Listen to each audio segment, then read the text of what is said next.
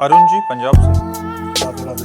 राधे राधे महाराज जी। महाराज जी मैं आपसे पूछना चाहता हूँ कि इंसान में इतनी मैं क्यों है? जितना अमीर बलवान इंसान है उतनी ज्यादा मैं। अज्ञान अज्ञान अज्ञान के कारण मैं है। नहीं देखो, भगवान से बड़ा तो कोई है नहीं।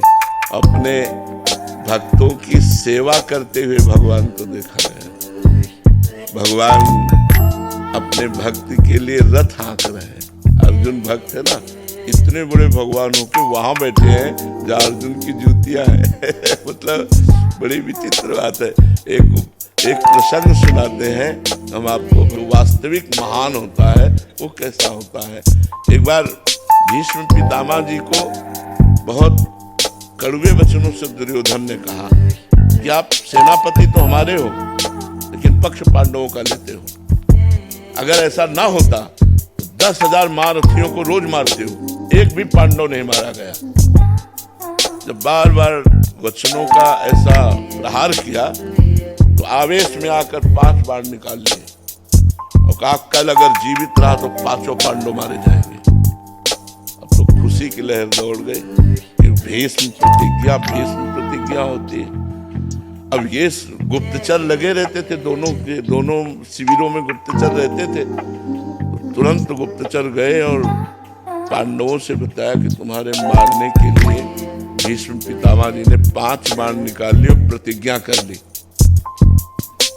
ये बात भगवान श्री कृष्ण को भी, द्रौपदी जी को भी, 5 पांडवों को कोई फिक्र नहीं। भगवान गए और उनका सूचना मिली तुम्हें? हाँ, बोले तुम तो ऐसे सब निश्चिंत बैठे हुए हो, क्यों? तुम्हें कोई विचार, कोई चिंता, कोई भय? बोले कुछ नहीं। बोले क्यों? बोले आप हो ना, जिसके चिंता करने वाले आप मुझे इसके विषय में क्या चिंता कर ली? द्रौपदी जी से कहा ऐसा करो, तुम तैयार हो बहु रूप में और यहाँ से घूंघट करो, आगे चलो और पीछे दासी के कपड़े हमें लाओ। दासी के कपड़े भगवान ने पहने, पीछे पीछे भगवान दासी रूप में, आगे आगे द्रौपदी स्वामिनी रूप में दरवाजे के पास पहुंचे। भीष्म जी चूंकि महान बाल ब्रह्मचारी, तो बोले पादुका उतारो। पादुका लेकर पीताम्बर में लपेट कर ऐसे खड़े हुए जिससे दासी खड़ी हो। द्रौपदी जी अंदर गई, प्रणाम किया पितामह को, बोली नहीं, घूंघट करके। पितामह ने विचार, देखो बुद्धि बदलने वाले भगवान ही होते हैं। पितामह ने विचार किया अभी दुर्योधन गया हमसे प्रण करवा के, उसकी पत्नी आई होगी आशीर्वाद लेने, उनका सौभाग्यवती हो। द्रौपदी जी ने पर्दा हटाया और कहा वह बात सत्य माने या यह बात सत्य माने आपकी? अभी कुछ समय पहले आप प्रण करते हो, 5 बाण निकालते हो कि 5 पांडवों को मार देंगे और संध्या का समय है और इस समय मुझे आशीर्वाद देते हो सौभाग्यवती भव। मैं ये मानूं सत्य बात या वो सत्य बात मानूं? भीष्म जी के होश उड़ गए। बोले वो कहा जो तुम्हें हाल आया है, क्योंकि जान गए कि मुझे चक्कर में फंसा दे, इसका मतलब वो है। वो कहा है? उतरे और दरवाजे पे देखा तो दासी वेश में। तो एक आवेश आया गुस्सा का और ऐसे ऊपर को वस्त्र पकड़ा, ऐसे खींचा और कहा जूतियां देखी दो। भीष्म जी अवाक, ध्येयं सदा परिभवग्नम अभीष्ट दोहम तीर्थास्पदम श्री विरंजनुतम शरण्यम प्रत्यार्थिहम प्रणतपाल भवाद्रिपूतम वंदे महापुरुष ते चरणारविंदम। शिव ब्रह्मादि जिनकी चरण वंदना करते हो, द्रौपदी की जूतियां, उनका बेटी जिसका रक्षक ये है। तुम्हारे पतियों का पाल बाका भी नहीं हो सकता। जिसका ये रक्षक है उसको कौन मार? तब कहा प्रभु आपने मेरी प्रतिज्ञा टलवाई और आप जब महाभारत का संग्राम प्रारंभ होने वाला था तो आपने प्रण लिया था मैं अस्त्र नहीं गाऊंगा, कल मैं आपका प्रण तोड़ूंगा।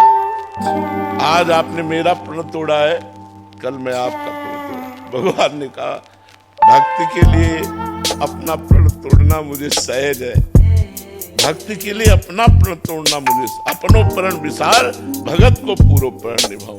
वही हुआ दौड़ पड़े भगवान रथ का पहिया लेकर के भीष्म पितामह को मारने के लिए। जब अर्जुन के ऊपर बाणों की बौछार कर दी, तो इतने महान भगवान होकर के देखो कैसे अपने भक्तों के लिए कैसे। तो भला कोई ऐसा धनी है जो अपने भक्त को संग्रहणी रोग हो जाए, बार बार टट्टी जा रही हो और वो साफ कर रहा हो, नौकर लगा सकता है लेकिन स्वयं नहीं। माधवदास बाबा जगन्नाथपुरी में बीमार हो गए, बार बार शौच, अब कोई सेवा में नहीं, तो स्वयं जगन्नाथ जी उनकी मल भरी लंगोटी धोकर समुद्र से और ऐसे फैलाते और दूसरी पहनाते। जब उन्हें होश आया तो सोचा ये कौन कर रहा है, तो देखा भगवान। तो भगवान से कहा, अरे प्रभु आप। बोले तो क्या हुआ?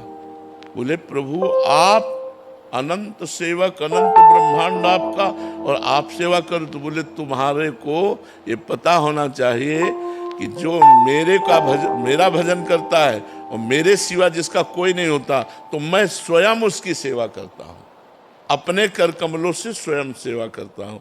तो ये जो